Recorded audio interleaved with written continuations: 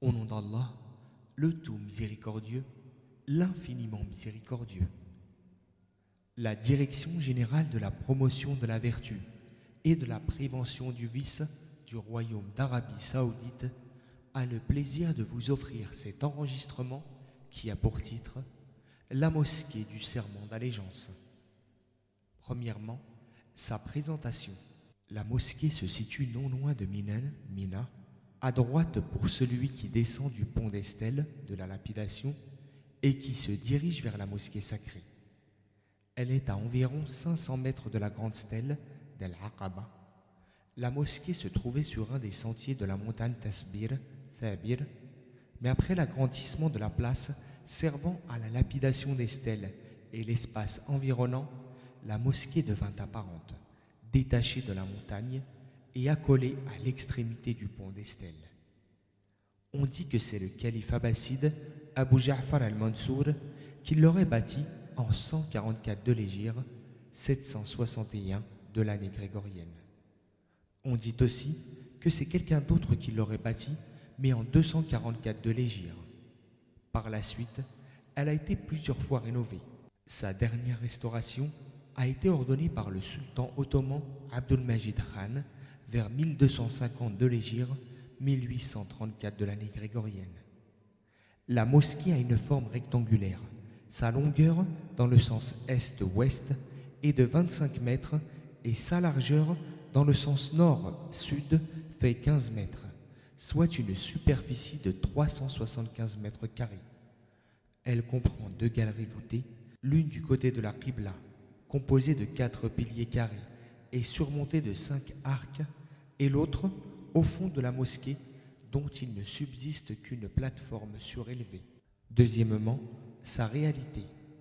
Cette mosquée a été construite à l'endroit dont on dit que c'est là qu'eut lieu d'une part le premier serment d'allégeance, dit serment d'Al-Aqaba, en l'année 12 après le début de la mission du prophète, paix et salut d'Allah sur lui, environ 1 an avant l'Hégire, réunion au cours de laquelle le prophète, paix et bénédiction d'Allah sur lui, a fait un pacte avec les Médinois musulmans, Al-Ansar, en présence de son oncle Al-Abbas ibn Abdul Muttalib, et d'autre part le deuxième serment d'allégeance en la 13e année après le début de la révélation.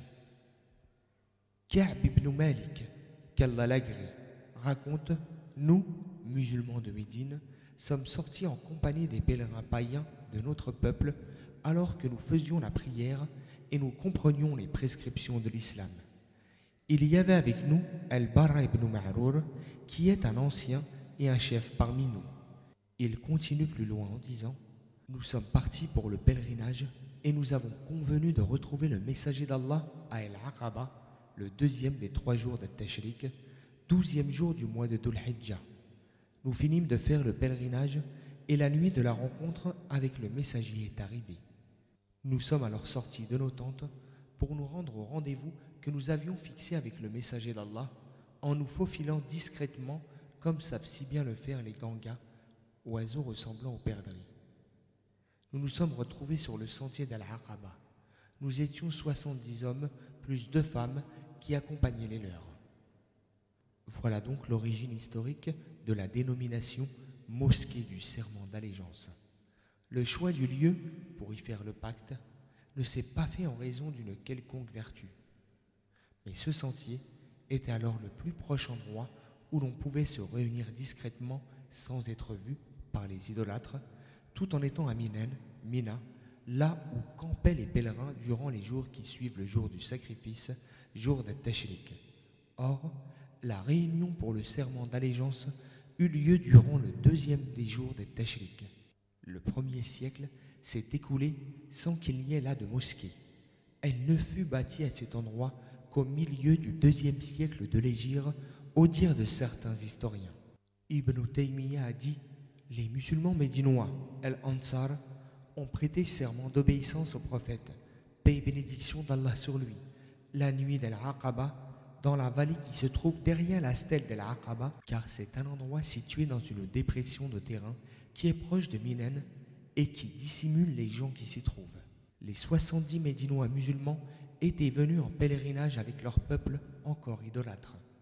De même qu'on fait aujourd'hui le Hajj après la venue de l'islam, on le faisait aussi avant l'arrivée de l'islam. Ils sont donc venus à Minen avec les gens de leur contrée en raison du Hajj, puis sont partis dans l'obscurité de la nuit à cet endroit précisément parce qu'il était proche et discret, non en raison d'une qualité qu'il aurait. Eux-mêmes ne visaient pas ce lieu en pensant qu'il y avait une quelconque vertu spécifique. Et voilà pourquoi, quand plus tard, le prophète, paix et bénédiction d'Allah sur lui, a accompli le Hajj avec ses compagnons, ils ne sont pas allés à cet endroit et n'ont pas été le visiter.